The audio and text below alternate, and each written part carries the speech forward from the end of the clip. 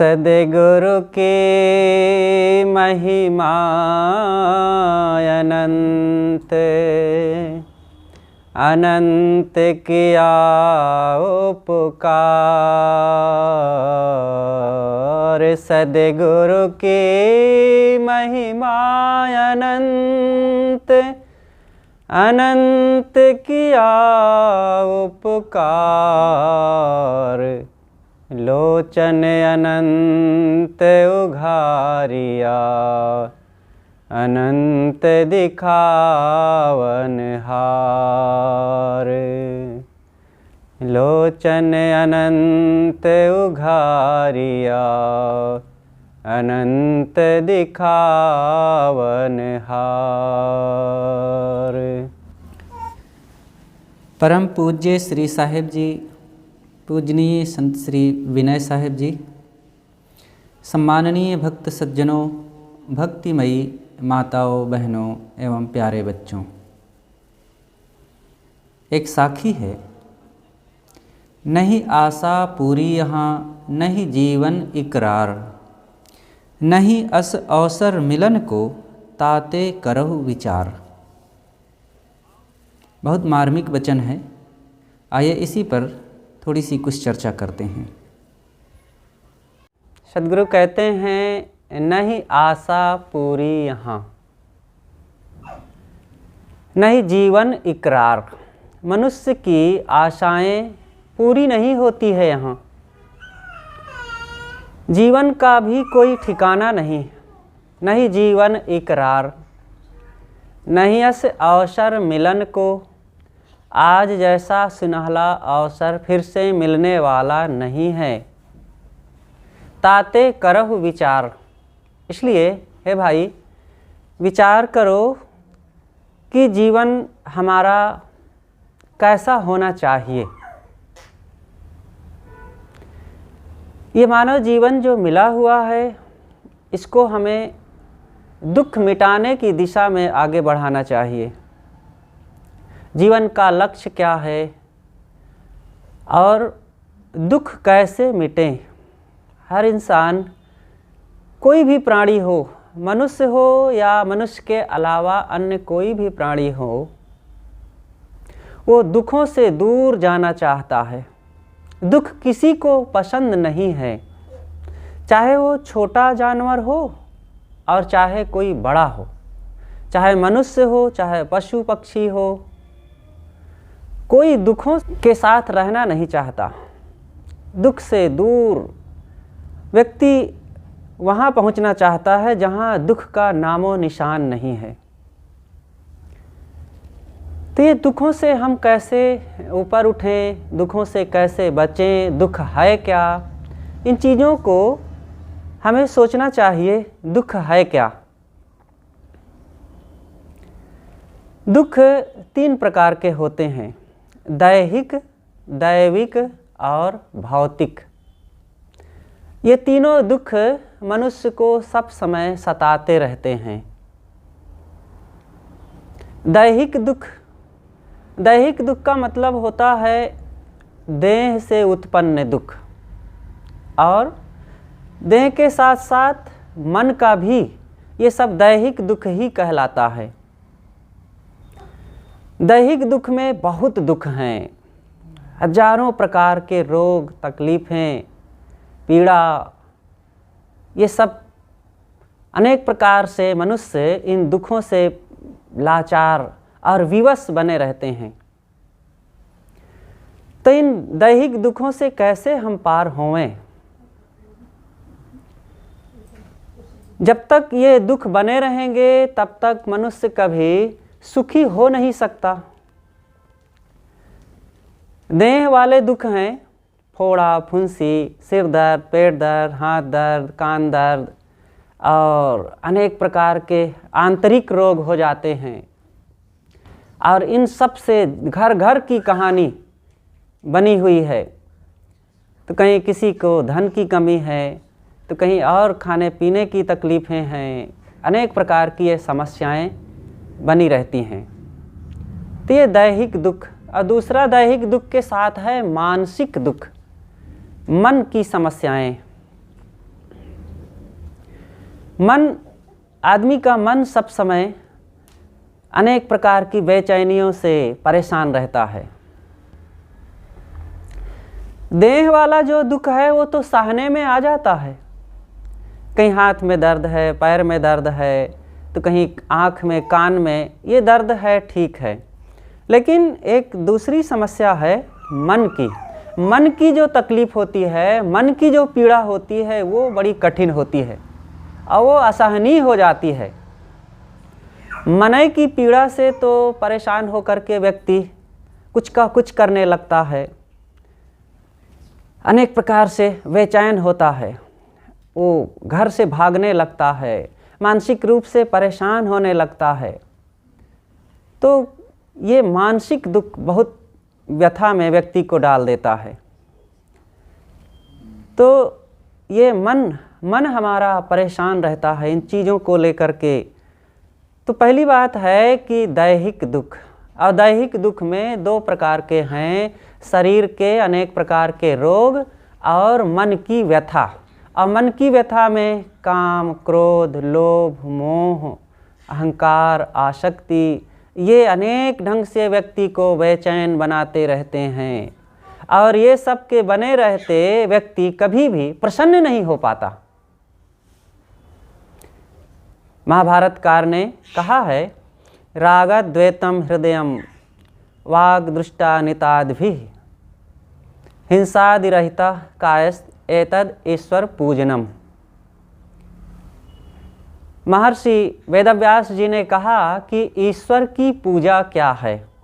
ये महाभारत में एक मंत्र आता है कि पूजा, ईश्वर की पूजा, लोग ईश्वर की पूजा करते हैं और अनेक ढंग से पूजाएं, तो कोई मंदिर में जाता है, तो कोई मस्जिद में जाता है, कोई और तीर्थों में जाते हैं, पूजा करते हैं। लेकिन महर्षि वेदव्यास जी थोड़े में पूजा करने की परिभाषा बता देते हैं कि ईश्वर की पूजा क्या है, ईश्वर कहाँ है, ईश्वर की पूजा कैसे होती है और कैसे ईश्वर खुश होगा।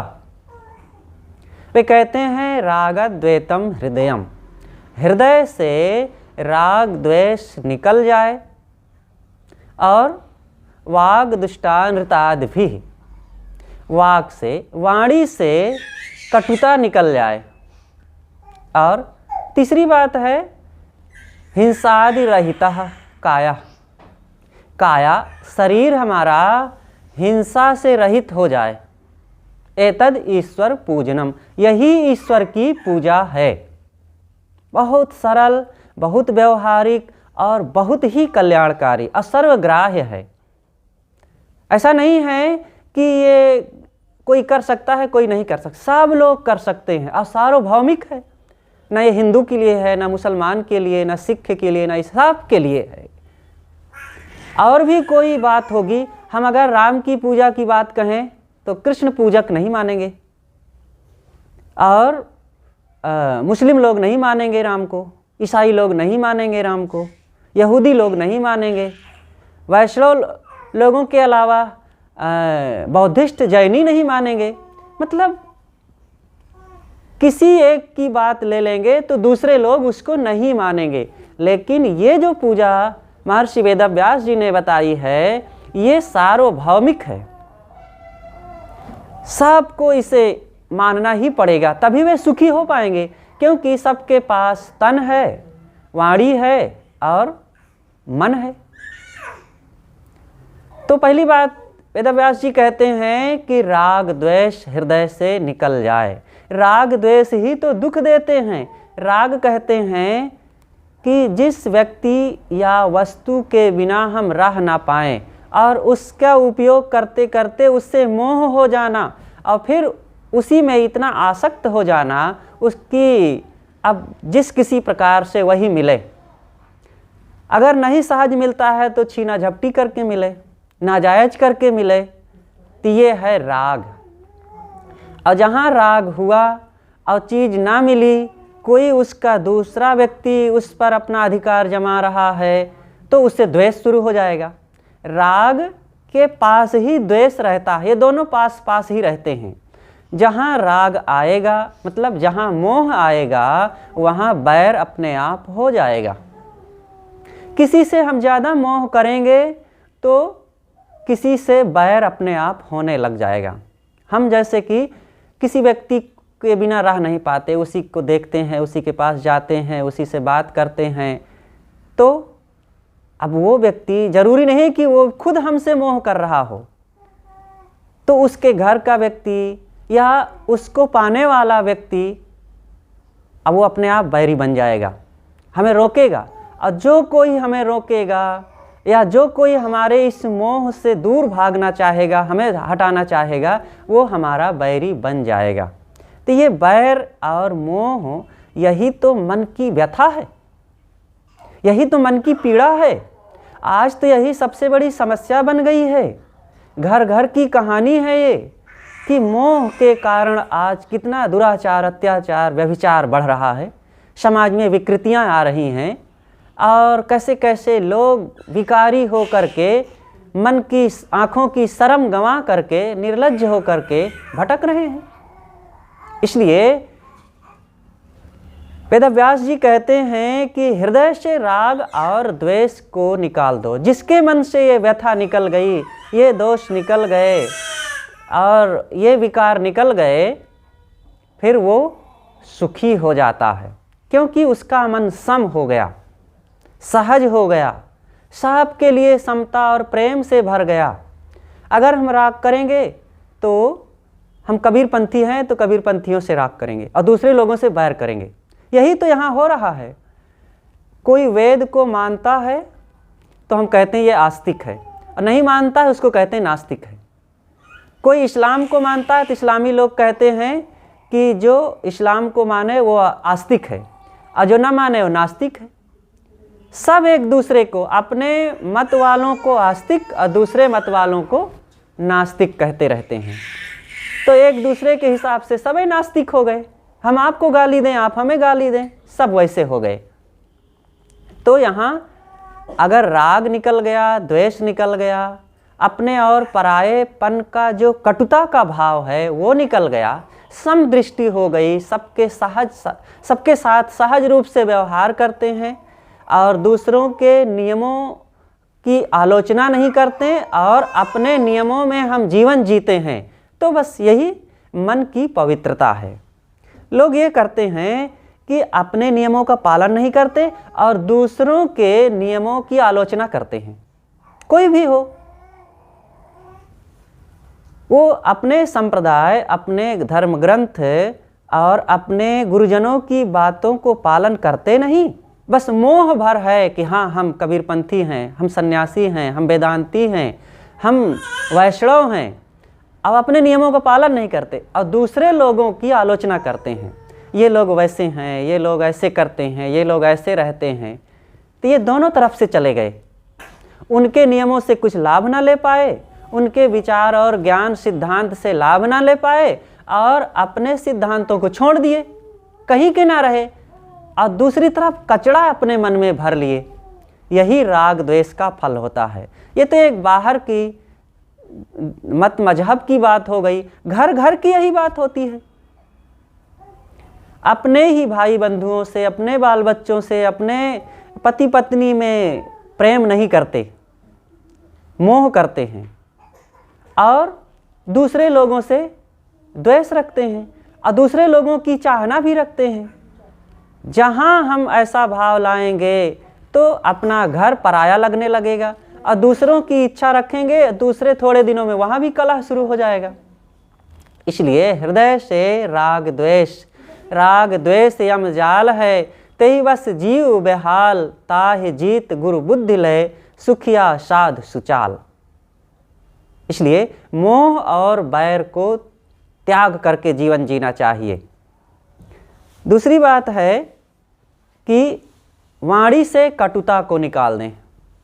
वाणी में कटुता नहीं होनी चाहिए। आज जहाँ देखते हैं वहीं कटुता का वातावरण है। घर घर में पति पत्नी में कटुता चल रही है, भाई भाई में कटुता चल रही है, एक दूसरे से मीठा नहीं बोल पाते हैं और एक दूसरे की सह नहीं पाते हैं और भाई भाई बैठ करके एक साथ भोजन नहीं कर पाते हैं, सास बहू की तनी रहती है एक दूसरे से, और ननंद भावज में यही चलता, देवरान जेठान में खूब चलता रहता। जहाँ देखो वाणी का ही बौछार चलती है। जितना बंदूक, राइफल, गन, तोप, टैंक से लोगों ने जान नहीं गंवाई है, उससे ज़्यादा ये वाणी की कटुता से लोग आहत हुए हैं और लोग मारे गए हैं।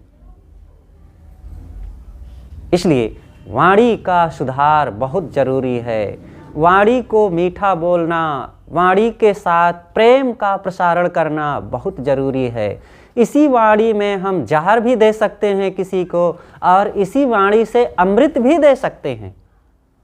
इसलिए सद्गुरु कबीर ने कहा है, मधुर वचन है औषधि, कटुक वचन है तीर, श्रवण द्वार होए संचरे सालय सकल शरीर। बोल तो अमोल है जो कोई बोले जान, ये तराजू तौल के तब मुख बाहर आन। शब्द संभारे बोलिए शब्द के हाथ न पाओ, एक शब्द औषधि करे एक शब्द करे घाव। तो ये वाणी। किसी ने पूछा कि दुनिया में सबसे गंदी चीज क्या है? उत्तरदाता ने कहा, ये जीभ। ये जीभ से तो ऐसा बोल करके हम बने बनाए व्यवहार को, माहौल को खराब कर डालते हैं। किसी ने पूछा कि सबसे पवित्र चीज क्या है? फिर उत्तरदाता ने कहा, यह जीभ है। ये जीभ से बोल करके, ये वाणी से ही कहीं भी कोई भी कटु व्यवहार हो गया हो, कटु माहौल हो गया हो, और कोई दुखी हो, और उसको वाणी के द्वारा ऐसा बोल करके हम संभाल लेते हैं और बिगड़े काम बना लेते हैं। इसलिए वाणी को बहुत संभालना चाहिए, और वाणी के द्वारा हम लोगों की बिना पैसे से सेवा कर सकते हैं। हमारे पास पैसे ना हो तो पैसा नहीं दे पाएंगे, घर ना हो, कपड़े ना हो, भोजन ना हो तो नहीं दे पाएंगे। लेकिन अगर हम गूंगे नहीं हैं तो मीठा शब्द तो बोल सकते हैं। यही नहीं हो पाता है आज। पैसा देना सरल है, चीज़ें देना सरल हो गया है, लेकिन मीठी वाणी दे पाना बड़ा कठिन हो गया है। सास बहू को नहीं दे पाती, बहू सास को नहीं दे पाती, भाई भाई को नहीं दे पाते, पिता पुत्र को नहीं दे पाते, देवरान जेठान में मीठी वाणी नहीं दे पाते। क्या लगता है इसमें? कोई पैसा लगता है, कोई खर्चा लगता है, और कोई अमुक उम्र वाले इतना पढ़े लिखे लोग ही मीठा बोल सकते हैं, ऐसी कोई बात नहीं। अनपढ़ लोग बोल सकते हैं, बिना पैसे वाले बोल सकते हैं, जवान बोल सकते हैं, बूढ़े बोल सकते हैं, शहरी बोल सकते हैं, देहाती बोल सकते हैं, कोई भी हो, बस समझदारी की ज़रूरत है, संयम और सहनशीलता की ज़रूरत है, अपने अहम को मिटाने की ज़रूरत है। तभी वाणी से कटुता समाप्त होगी। और जब तक वाणी से कटुता नहीं समाप्त होगी, मन की व्यथा बनी रहेगी।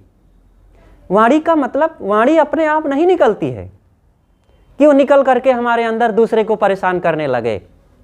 हमारे हृदय से वो निकलती है, हमारे मन की गंदगी का परिचय है कटु वाणी, हमारे मन के कलह का भाव है वो। इसलिए वेदव्यास जी कहते हैं, वाग दुष्टानृतादभिः, वाणी से कटुता को निकाल दो, ये दुख का कारण है। और तीसरी बात है, हिंसादि रहितः कायः। काया शरीर, शरीर हमारा हिंसा से रहित हो जाए, हिंसा का त्याग करें। हिंसा तन से होती है, मन से भी होती है, और वाणी से भी होती है। हिंसा का बहुत व्यापक अर्थ है। केवल हम छुरी चाकू लाठी डंडे तलवार से ही हिंसा करें, इतना भर नहीं है हिंसा, ये तो है ही। सबसे पहले तो इसी का त्याग करना चाहिए, और यही नहीं त्याग होगा तो लोग वाणी और मन से कैसे हिंसा का त्याग कर पाएंगे। तो शरीर से हिंसा का त्याग करें। शरीर से हिंसा कैसे होती है? किसी को कष्ट दे करके। जब हम अपनी जिह्वा के स्वादवश किसी प्राणी को मारते हैं तो क्या कर रहे हैं? यही तो हो रहा है। इसलिए मनुष्य को मांस का सर्वथा त्याग करना चाहिए। मनुष्य अगर मांस खाए, जिसको प्रकृति ने पूरी तरह से शाकाहारी बनाया है, पवित्र तन और मन वाला बनाया है, और वह फिर ऐसी गंदगी खाए, ग्रहण करे, हिंसा करके, किसी को जान लेकर, दुख दे करके, ये कहाँ की समझदारी है? कहाँ की इंसानियत है? ये इंसानियत नहीं है, ये हमारे मन का जंगलीपन है। हमारे आहार में कभी भी अंडा, मांस आदि नहीं होना चाहिए। दयालु बने। तथागत बुद्ध के लिए कहा जाता है कि जब वे बचपन में ही छोटे थे तो देवदत्त ने एक हंस को तीर मारा और वो हंस कराहता हुआ, उड़ता हुआ जाकर के शुद्धोधन की गोद में गिरा। देवदत्त वहाँ दौड़ा अपने शिकार को पाने के लिए, और सिद्धार्थ भी वहाँ पहुँचे। सिद्धार्थ ने कहा, ये शिकार, ये हंस मेरा है। और देवदत्त कहता है, नहीं, ये मेरा है। देवदत्त कहता है, मैंने तीर मारा है इसलिए मेरा है। और सिद्धार्थ कहते हैं कि मैंने इसकी रक्षा की है, इसको पानी पिलाया है, इसलिए ये मेरा है। तब शुद्धोधन कहते हैं, राजा निर्णय देते हैं कि मारने वाले से बचाने वाला श्रेष्ठ होता है। इसलिए जिसने इसकी रक्षा की है, जिसने इसको प्राणदान दिया है, उसका है ये हंस। और दूसरी तरफ कितने लोग और बौद्धिस्ट लोग खुद भी कहते हैं कि तथागत बुद्ध मांस खाते थे। जो इतने मासूम थे, जो इतने निर्मल थे, जो इतने करुणाशील, दयावान थे, वो कैसे मांस खाते रहे होंगे? आत्मनिष्ठ वे महान संत थे, साधक थे। और तथागत बुद्ध का नाम लेकर के आज बौद्धिस्ट लोग खूब मांस खाते हैं। ये उनकी अपनी बात होगी, लेकिन जहाँ पर सहज सबके अंतरात्मा की बात सुना जाए तो कौन ऐसा दुनिया में होगा जो दर्द, पीड़ा, कष्ट चाहता होगा? चींटी से लेकर हाथी तक किसी को दर्द पसंद नहीं है। इसलिए हम जब स्वयं एक कांटे के चुभने से इतना परेशान हो जाते हैं तो दूसरे के गले में छुरी, चाकू, तलवार चलाना ये कहाँ की समझदारी होगी? उनको कैसे पसंद होगा? इसलिए हिंसा का त्याग करें। हिंसा नहीं करनी चाहिए। और इसका परिणाम केवल दूसरों को दर्द होता इतना ही नहीं, उनको तो होगा ही, उनकी हाय तो हमें मिलेगी ही, लेकिन इससे हमारा मन भी तो क्रूर होता है, कठोर होता है, और हमारे कर्म भी तो बिगड़ते हैं, संस्कार खराब होते हैं, वाणी में, स्वभाव में, कर्मों में कटुता तो आएगी। कहा जाता है, एक सच्ची घटना है कि एक व्यक्ति था, वो पोल्ट्री फार्म चलाता था। रोज़ अपने घर पर मुर्गियों को मार मार करके मांस बेचता था। तो उसके 3 बच्चे थे। बड़ा बच्चा 8 साल का रहा होगा, और बीच वाला करीब 4 साल का रहा होगा, और जो सबसे छोटा था अभी 6-7 महीने का था। तो जो बड़ा वाला बच्चा था रोज़ देखता था कि मेरे पिताजी बस गाजर मूली की तरह इन मुर्गियों को काटते रहते हैं, तो सोचा कि हम भी चलें खेलते हैं।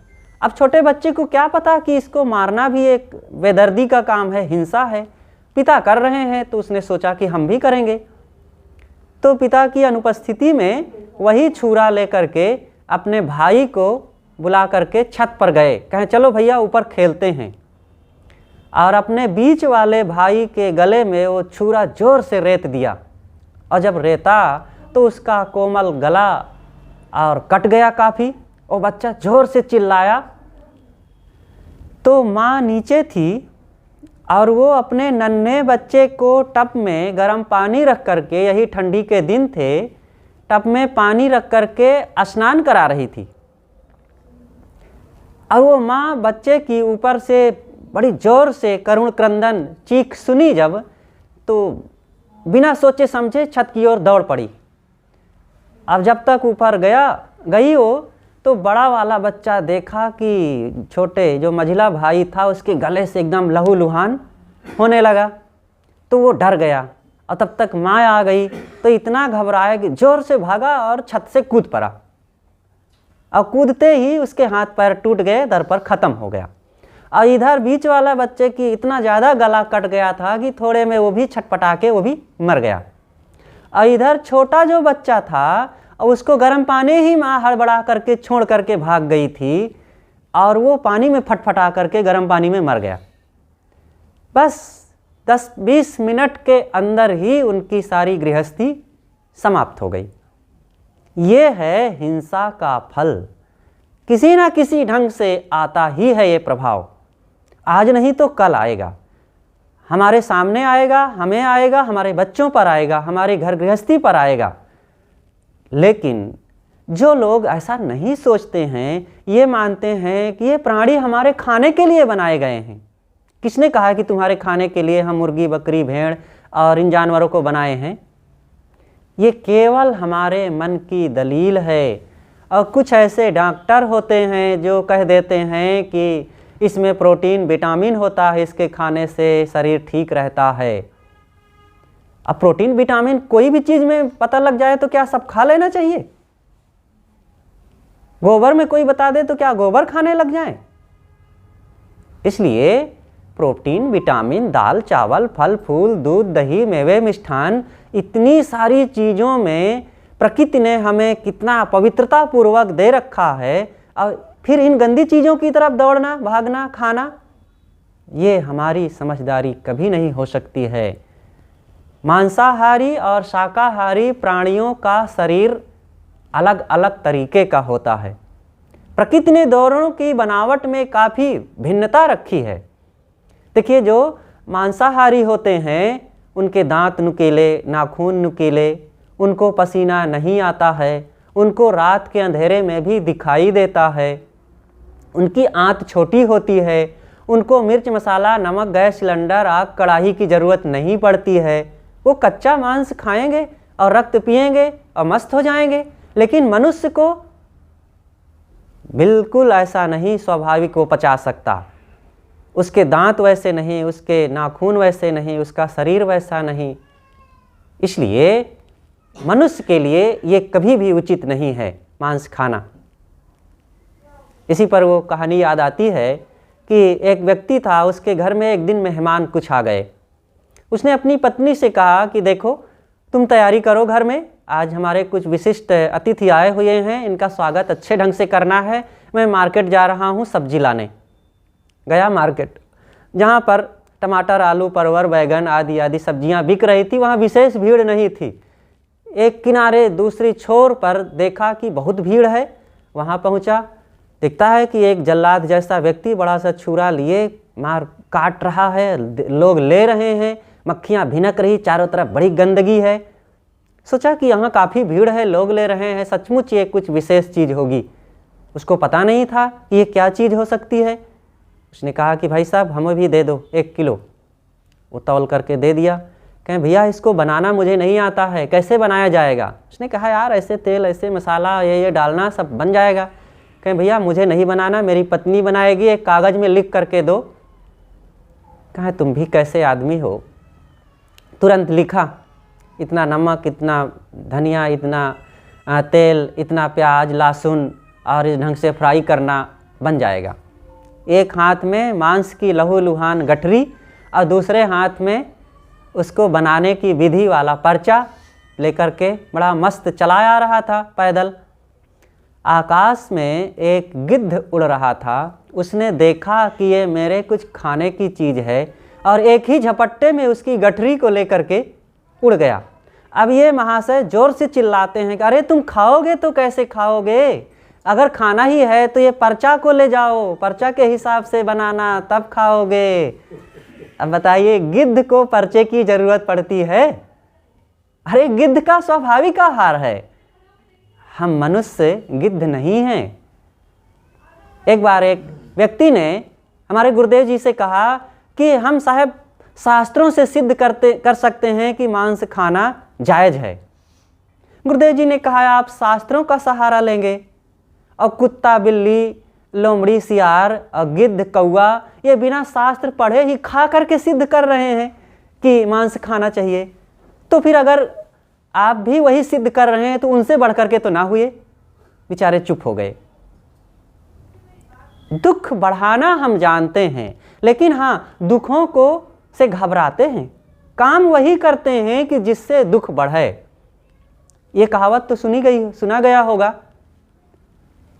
कि 4 वेद 6 शास्त्र में मिली है बातें दोए, और दुख देने दुख होत है, सुख देने सुख होए। 4 वेद और 6 शास्त्रों में बस सार रूप में ये 2 बातें ही मिली है कि अगर हम दुख देंगे तो दुख मिलेगा, और सुख देंगे किसी को तो सुख मिलेगा। जो हम चाहते हैं वो देना शुरू कर दें। हम क्या चाहते हैं? यही तो चाहते हैं, प्रेम चाहते हैं, दया चाहते हैं, सहानुभूति चाहते हैं, प्रसन्नता चाहते हैं, शांति चाहते हैं, संतोष चाहते हैं। यही हम दूसरों को देना शुरू कर दें। ये दुनिया में कहीं कुछ जाता नहीं है, जो दिया जाता है वही हमको मिलता है। ये प्रकृति का नियम है। खेत में जो बीज बोते हैं उसी का कई गुना रूप में फसल उगती है ना।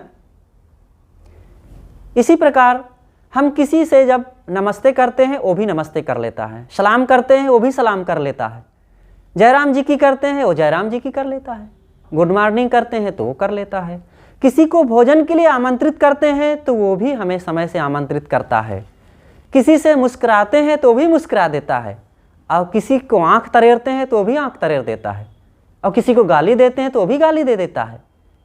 क्या हो रहा है? वही तो हो रहा है, जो हम देते हैं वही हमको मिलता है।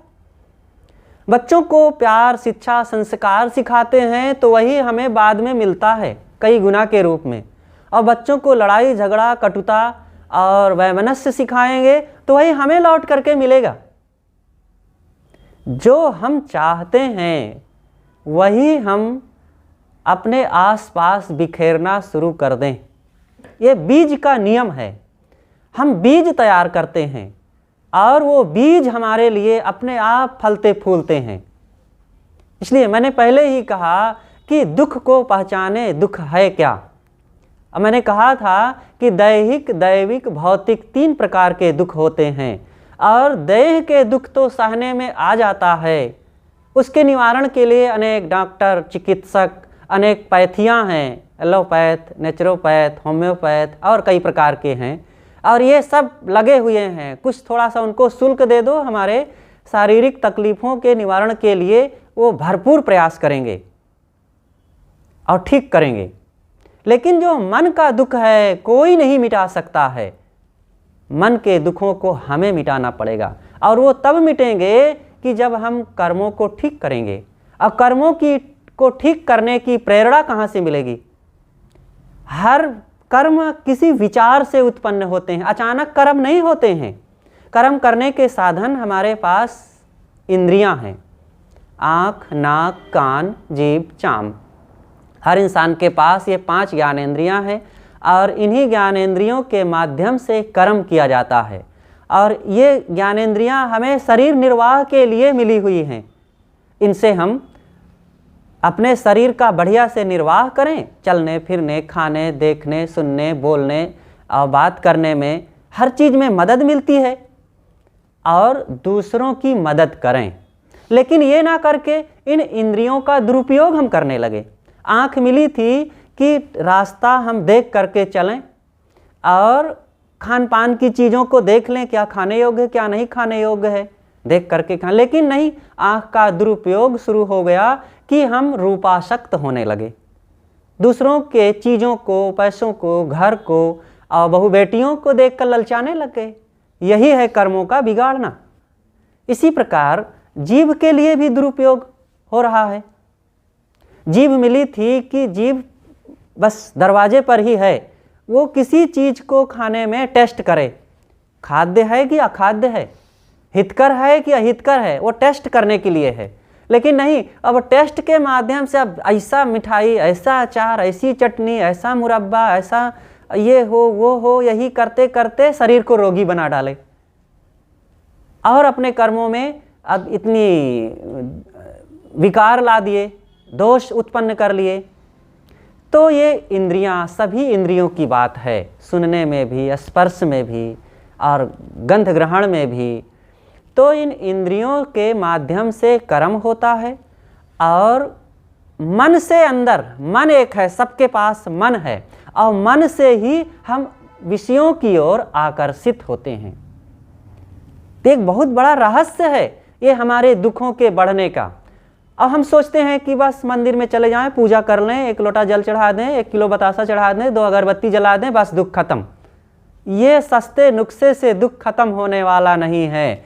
दुख खत्म करने के लिए जिस तरीके से हमने अपने कर्मों को बिगाड़ा है, उसी तरीके से हमें कर्मों को ठीक करके ही हम दुखों को खत्म कर सकते हैं। जैसे कोई भगवान ने हमें दुख दिया नहीं है, इसी प्रकार कोई भगवान हमारे दुखों को हरण कर सकता नहीं है। यहाँ कर्म करने के लिए हर इंसान स्वतंत्र है। कर्म करने की प्रेरणा अलग से कहीं नहीं मिलती है, हम खुद कर्मों के कर्ता हैं। इसी को गीताकार ने कहा है, उपद्रष्टा अनुमंता च भर्ता भोक्ता महेश्वरः परमात्मेति चाप्युक्तो देहे अस्मिन् पुरुषः परः। ये चेतन आत्मा सबके अंदर बैठा हुआ जो दिव्य चेतन आत्मा है। अब इस चेतन आत्मा को हम समझे ये क्या चीज है।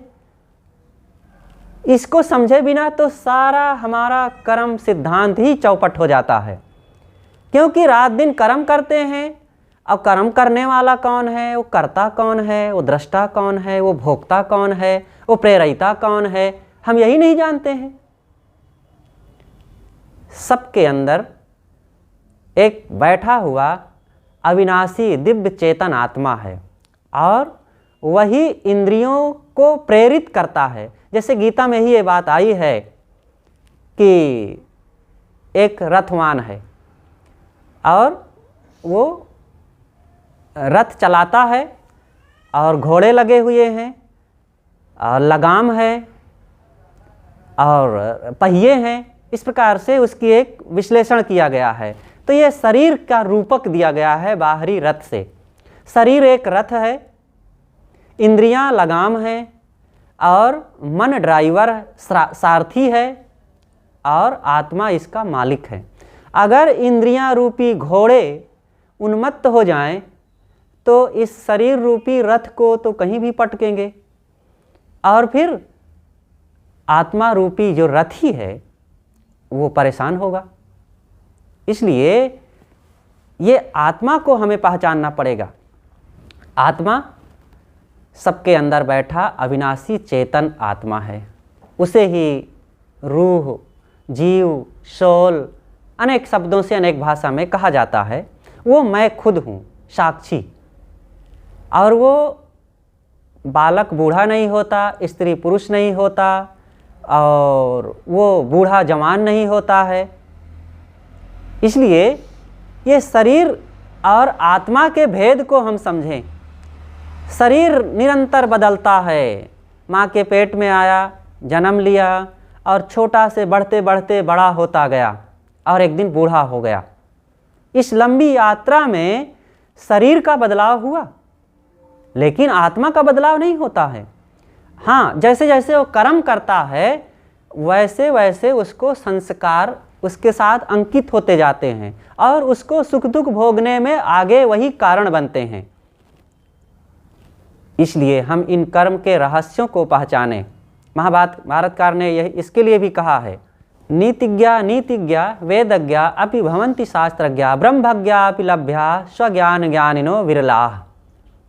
नीति को जानने वाले और नियति को जानने वाले, वेद शास्त्रों को जानने वाले और ब्रह्म ज्ञान को भी बताने वाले बहुत मिल जाएंगे, लेकिन अपने अज्ञान को जानने वाला कोई बिरला मिलता है। यही तो बड़ी बात है। दुनिया को जानना सरल है, इतिहास, भूगोल, गणित, विज्ञान और कंप्यूटर चलाना, गाड़ी चलाना, मोबाइल चलाना, सैटेलाइट चलाना, उपग्रह छोड़ना और चंद्रमा पर पहुंच जाना और मंगल पर भी अपना आशियाना बना लेना, ये सब सरल है, लेकिन अपने मन इंद्रियों को स्वश करना और अपने अज्ञान को पहचानना ये अत्यंत कठिन है। और महाभारतकार कहते हैं कि जब तक हम अपने अज्ञान को नहीं जानेंगे तब तक दुख हमारा मिट नहीं सकता है। सुकरात से किसी ने पूछा कि आप इतने महान ज्ञानी हैं और इतना तेजवान, बुद्धिमान, तर्क शक्ति से संपन्न हैं, आपके गुरु कौन हैं? आप इतने महान हैं तो आपके गुरु न कितने महान होंगे? उन्होंने कहा कि मेरे गुरु, ये जितने मूर्ख लोग हैं दुनिया में, ये मेरे गुरु हैं। कहें आप ऐसी कैसी बात कर रहे हैं? कहें यही बात है, मैं देखता हूँ कि दुनिया में अपनी मूर्खतावश लोग कितना दुख पाते हैं। अब मूर्खता क्या है? गलत कर्म करना, गलत वाणी बोलना, गलत सोच चाल चलन अपनाना, गलत खाद्य अपनाना, यही तो सब मूर्खता है, मतलब गलती, अज्ञान।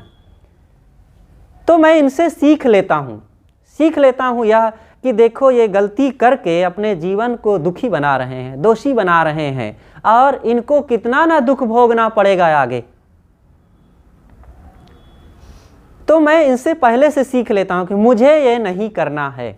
उपनिषद में एक चर्चा आती है, छोटा सा उपाख्यान है कि एक ऋषि है, वो उसका एक बेटा, पहले के ऋषि का मतलब ही होता है जो गृहस्थी जीवन में रहने वाले, मुनि का मतलब होता था जो मननशील साधक। तो एक ऋषि है, उसका एक बेटा है, और ऋषि जो है बहुत क्रोधी है। अब अपने आए हुए लोगों से जब कभी भी क्रोध कर बैठता है, अपनी पत्नी पर जब कभी भी बरस पड़ता है, अब मारपीट भी देता है। तो उसका लड़का बड़ा हुआ, लड़के को भी बारंबार जब कभी वो प्रताड़ित करता रहता था, तो उसका लड़का बड़ा हुआ, बड़ा शालीन, बड़ा सौम्य और बड़ा सुंदर विचार वाला।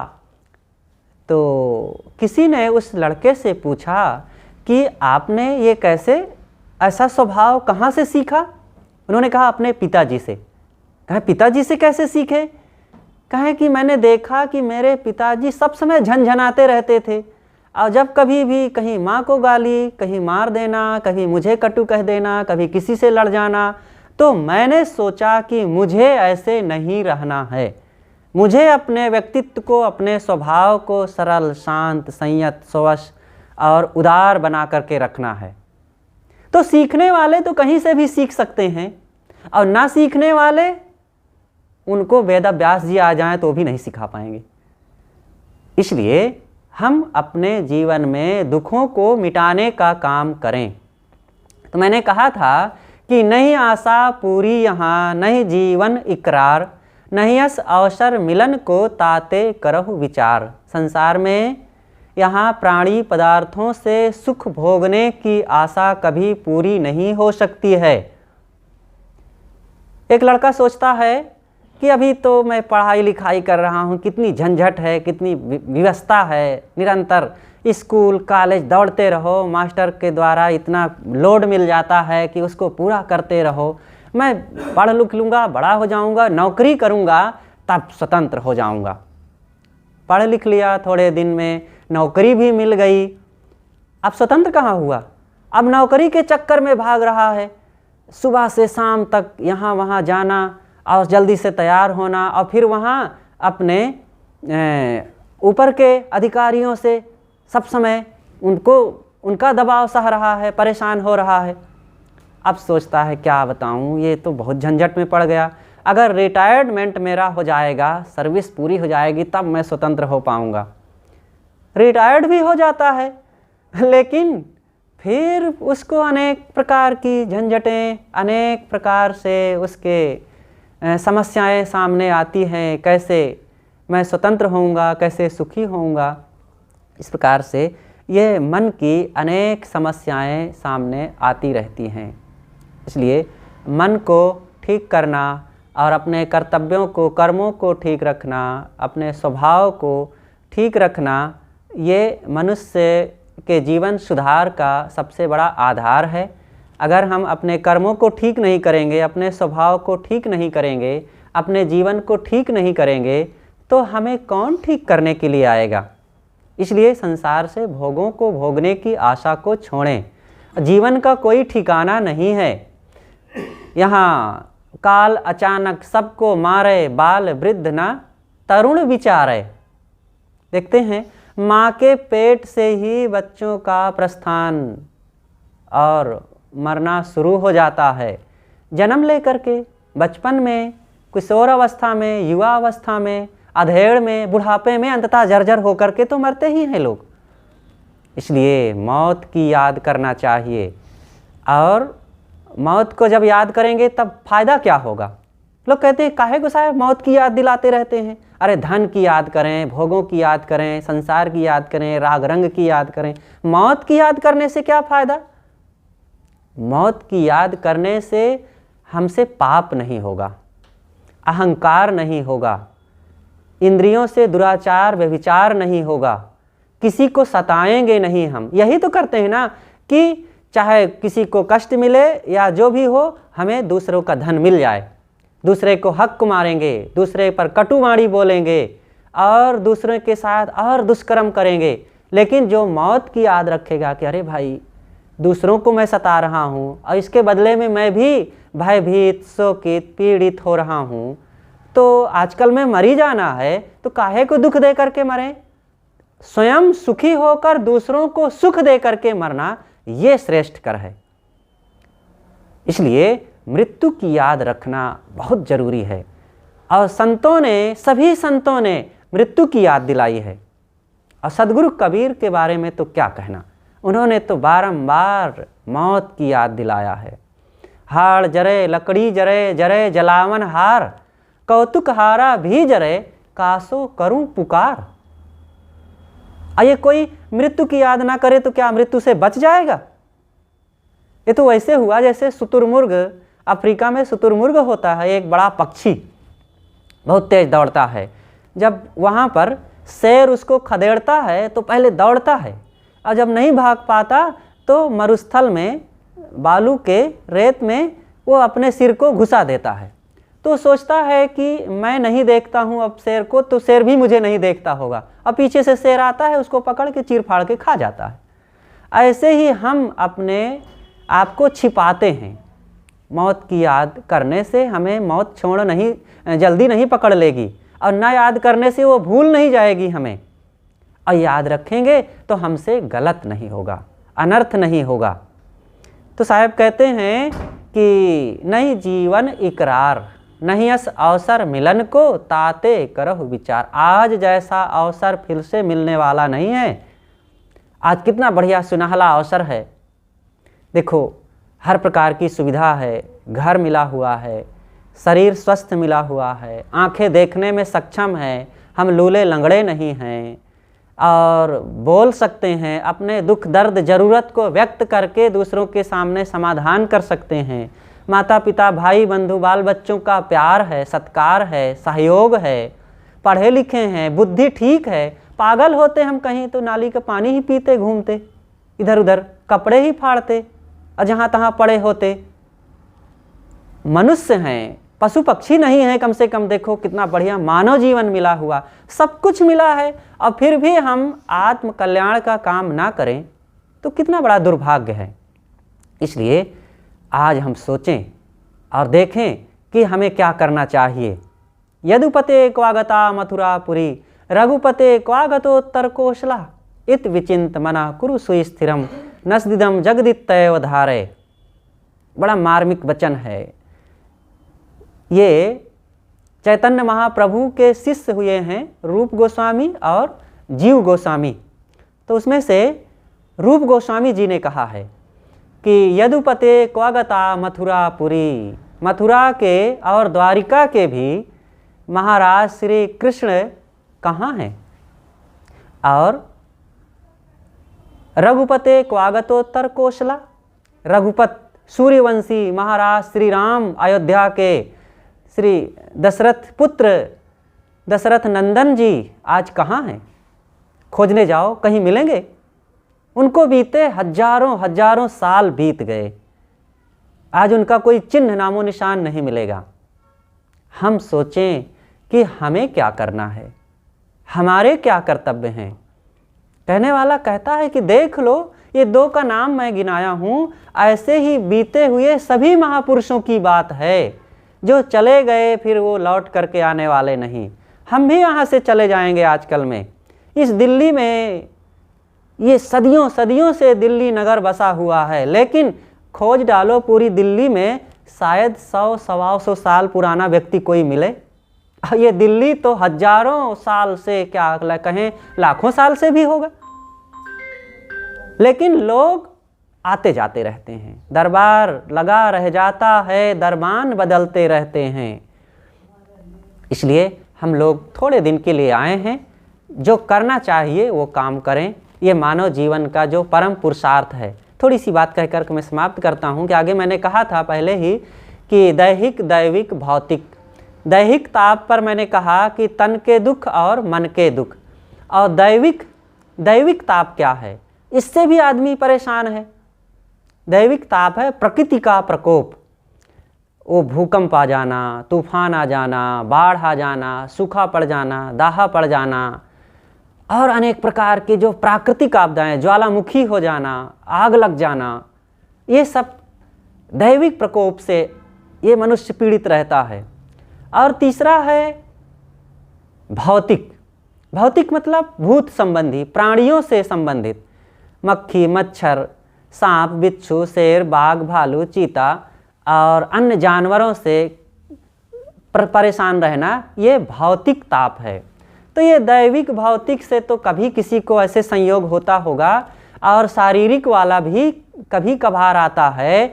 सबसे ज़्यादा जो दुख है, सबसे बड़ा, वह है मानसिक। दैहिक में मानसिक एक ताप है, और मन की व्यथा, मन को ठीक करना। मन से ही सारा सुख दुख खड़ा है, मन से ही पूरा जीवन हमारा ठहरा हुआ है। इसलिए जिसने मन को पहचाना, मन को ठीक किया, उसका जीवन ठीक हो गया। इसलिए सदगुरु कबीर ने कहा, एक साधे सब साधिया, सब साधे एक जाए, जैसे सींचे मूल को फूले फले अघाए। मैंने अपनी बातें आप लोगों के बीच कुछ कहा कि हमारा दुख कैसे मिटे, और दुख मिटने का उपाय क्या है, और उन उपायों के आधार क्या हैं। वो आधार हैं संत गुरुजन और सत्संग, क्योंकि संत गुरुजनों से विचार मिलता। तथागत बुद्ध ने कहा कि मैं मार्ग देता हूँ, मेरे पास कोई दवा नहीं है दुख मिटाने की, और दवा कोई है भी नहीं दुनिया में। मार्ग है, रास्ता, पथ, विचार, सिद्धांत, और मैं वही पथ देता हूँ, रास्ता दिखाता हूँ। और गुरुजन संतजन सदैव से रास्ता दिखाते रहे। हम लोगों का कर्तव्य है कि हम उनके बताए हुए उन आध्यात्मिक रास्तों को अपनावें, तभी दुख मिटेगा। और वो आध्यात्मिक रास्ते हैं संयम, साधना, शांति, स्वरूप ज्ञान, आत्मज्ञान।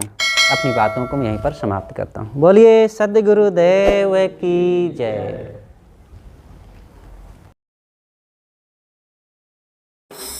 सत्संग की गंगा बहती है, गुरुदेव तुम्हारे चरणों में। सत्संग की गंगा बहती है, गुरुदेव तुम्हारे चरणों में। फल मिलता है उस तीरथ का, कल्याण तुम्हारे चरणों में। कल्याण तुम्हारे चरणों में, उद्धार तुम्हारे चरणों में। सत्संग की गंगा बहती है, गुरुदेव तुम्हारे चरणों में। फल मिलता है उस तीरथ का, कल्याण तुम्हारे चरणों में। मैं जन्म जन्म भर माया हूँ, तब शरण तुम्हारी आया हूँ। मैं जन्म जन्म भर माया हूँ, तब शरण तुम्हारे आया हूँ। इस भूले भटके जीवों का कल्याण तुम्हारे चरणों में। इस भूले भटके जीवों का कल्याण तुम्हारे चरणों में। सत्संग की गंगा बहती है गुरुदेव तुम्हारे चरणों में। गुरुदेव तुम्हारे चरणों में, गुरुदेव तुम्हारे चरणों में।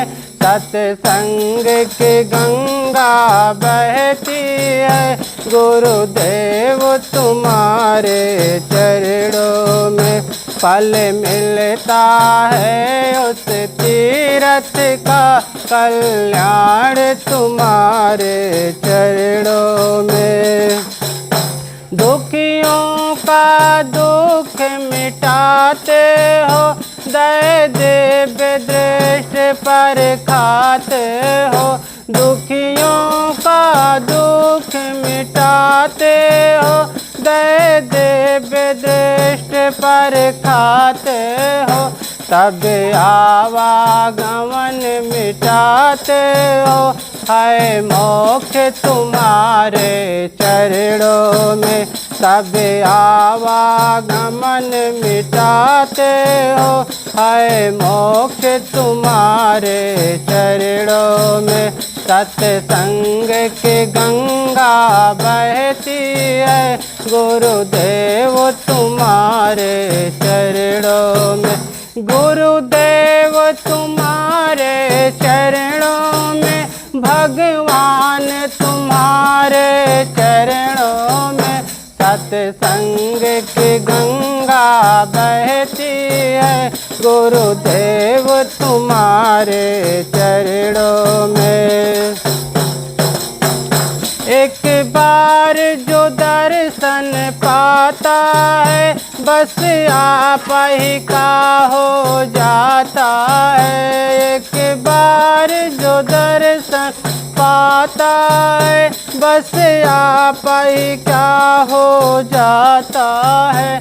क्या गुप्त तुम्हारी प्रीति है धन्य तुम्हारे चरणों में। क्या गुप्त तुम्हारी प्रीति है धन्य तुम्हारे चरणों में।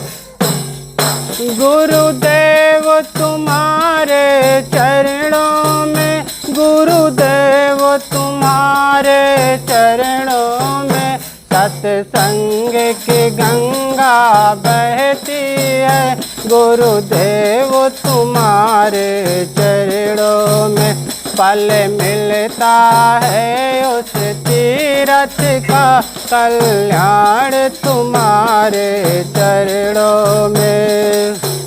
जन्मों का भूला शरण पड़ा, तब आकर तुम्हारे द्वार खड़ा। जन्मों का भूला शरण पड़ा, तब आकर तुम्हारे द्वार खड़ा। काटो सकलो बंधन मेरा, है निर्मल तुम्हारे चरणों में। काटो सकलो बंधन मेरा, है निर्मल तुम्हारे चरणों में। सत्संग की गंगा बहती है गुरुदेव तुम्हारे चरणों में। फल मिलता है उस तीरथ का कल्याण तुम्हारे चरणों में। कल्याण तुम्हारे चरणों में, उद्धार तुम्हारे चरणों में। सत्संग की गंगा बहती है गुरुदेव तुम्हारे चरणों में। सत्संग की गंगा बहती है गुरुदेव तुम्हारे चरणों में। बोले सद्गुरुदेव की जय।